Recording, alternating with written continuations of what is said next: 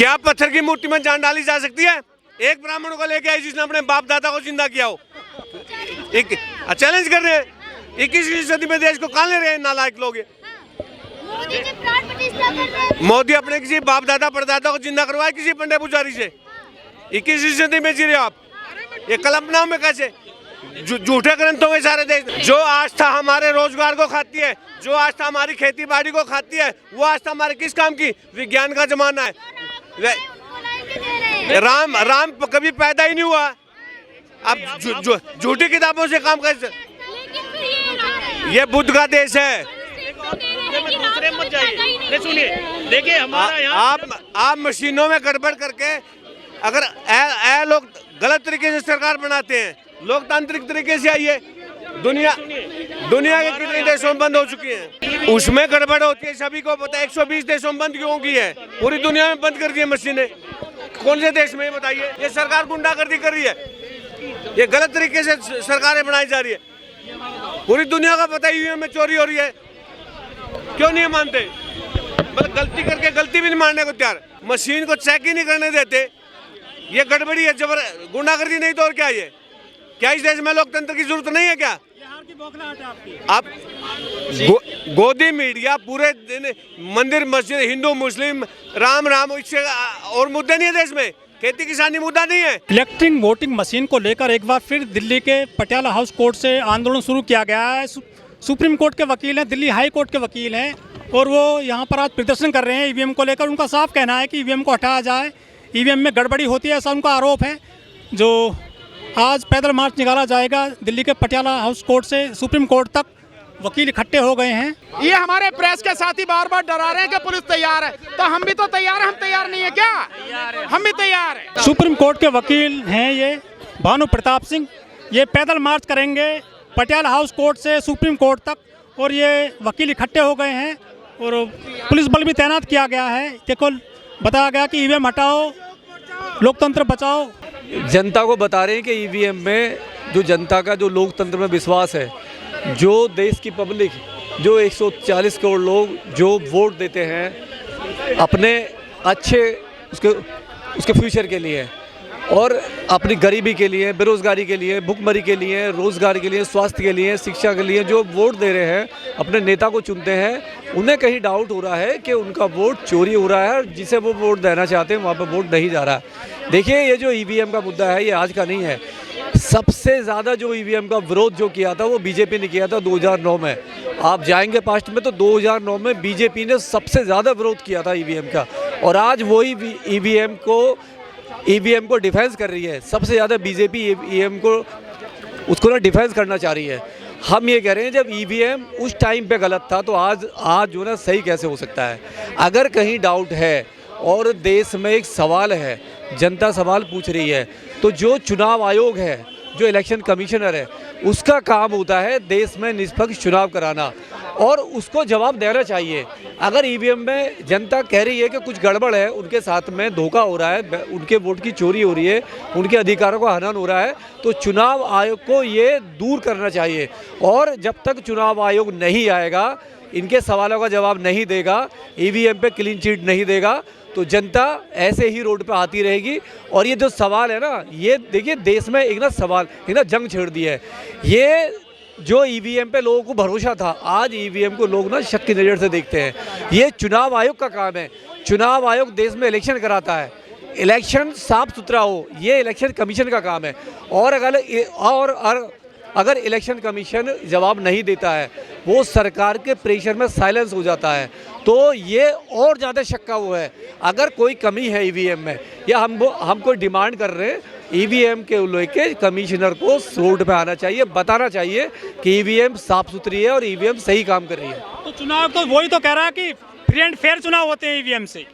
वो गलत कह रहे हैं। अभी जो जयराम नरेश ने एक वो जो लेटर लिखा है और पूछा है चुनाव आयोग से समय मांगा मिलने के लिए, कि उन्होंने मना कर दिया, उनको समय ही नहीं दिया, और उन्होंने हवाले दे दिया कि मैंने तो इस सवाल जो उन्होंने सवाल उनसे किया है उसका जवाब कह रहे हैं मैंने 2004 में 2005 में पहले ही दे दिया था, आज क्यों पूछ रहे सवाल। दिक्कत ये है कि चुनाव आयोग को सामने आना चाहिए। अगर चुनाव आयोग छुपेगा, चुनाव आयोग छुपेंगे, सवालों के जवाब नहीं देंगे तो उस पर शक होता है। देखिए चुनाव आयोग का ही होता है मतलब देश में चुनाव कराना। और मैंने अभी देखिए हमारे जो पिछले चुनाव आयुक्त हुए, कमीशन हुए, TN सेशन थे, साफ सुथरे थे, बहुत अच्छा इलेक्शन कराया। SY कुरैशी साहब थे, उन्होंने बहुत अच्छा उनका कार्यकाल है। और SY कुरैशी ने तो कहा है कि ये लोकतंत्र में बहुत ज़्यादा गलत हो रहा है कि चुनाव आयोग पे EVM पे उंगली उठ रहा है। चुनाव आयोग को सामने आके जवाब देना चाहिए, क्योंकि ये चुनाव आयोग का काम है। अगर जनता में सवाल है और जनता पूछ रही है तो ये चुनाव आयोग का ही काम है कि चुनाव आयोग को, जब तक चुनाव आयोग सामने नहीं आता है तो जनता में ये सवाल उठता रहे। और ये लोकतंत्र के लिए ठीक नहीं है।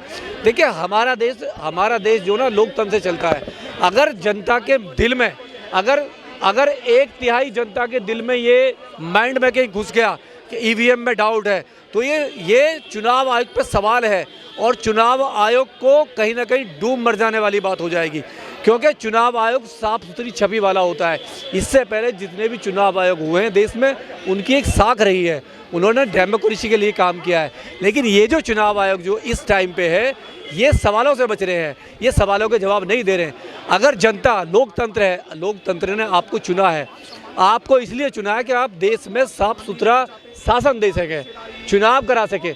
और अगर आप ये नहीं कर रहे हैं, अगर 70 बार भी देश के लोग आपसे सवाल करेंगे तो आपको उसका जवाब देना चाहिए जब तक वो संतुष्ट ना हो जाए। जो हमने toll free number, miss call number हमने जारी किया था, उस मिस कॉल नंबर में अभी तक 20,000 से ज्यादा कॉल पर डे के हिसाब से आ रही है। तो पूरे देश में हर शहरों में हमने एक चार्ट भी जारी किया है, अभी 24 तारीख को आपको बताएंगे।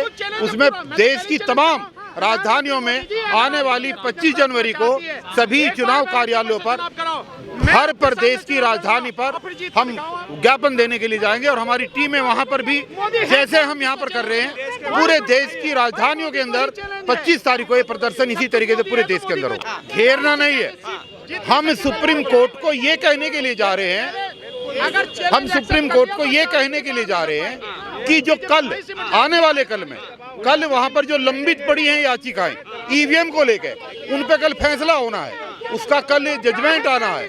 तो जजमेंट में कोर्ट देरी ना करे और निष्पक्ष जजमेंट तुरंत करे, ताकि देश की जनता के सामने विकल्प खुल सके कि बैलेट पेपर से चुनाव हो।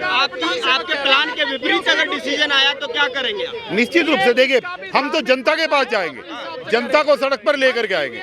सुप्रीम कोर्ट क्या कहता है, हम दोबारा उसका दरवाजा खटखटाएंगे। कोई अंतिम फैसला नहीं होता है कभी भी, उसके बाद में बहुत विकल्प होते हैं लीगल के अंदर, उसके ऊपर भी काम होगा। मतदाता को जागरूक क्यों नहीं किया भाई? पहले भी तो किया जाना चाहिए था। इसका मतलब आप लोगों के चैनलों के माध्यम से जो देश की जनता जागरूक हो रही है और जो देश के अंदर मैसेज जा रहा है, उस मैसेज से डरकर, उस मैसेज के दबाव में आज चुनाव आयोग हाथ में मशीनें लेकर के अलग अलग जगह जा रहा है। कौन कहता है लोकसभा, अभी लोकसभा भंग नहीं हुई, लोकसभा भंग होने के बाद चुनाव की घोषणा होती है। अभी लोकसभा भंग नहीं है, चल रही है, स्थापित है वही लोकसभा। हमें बिल्कुल साफ नजर आ रहा है कि ये लोकसभा चुनाव जो है बैलेट पेपर से होगा, EVM से नहीं होगा, साफ नजर आ रहा है। अरे यार, हम भी तो नेता ही हैं, हम क्या हैं बताओ? वो राजनीतिक पार्टियां हैं, वो नेता नहीं हैं, और वो नहीं आ रही हैं तो ये उनका काम है। आज नहीं तो कल उन्हें आना पड़ेगा भाई।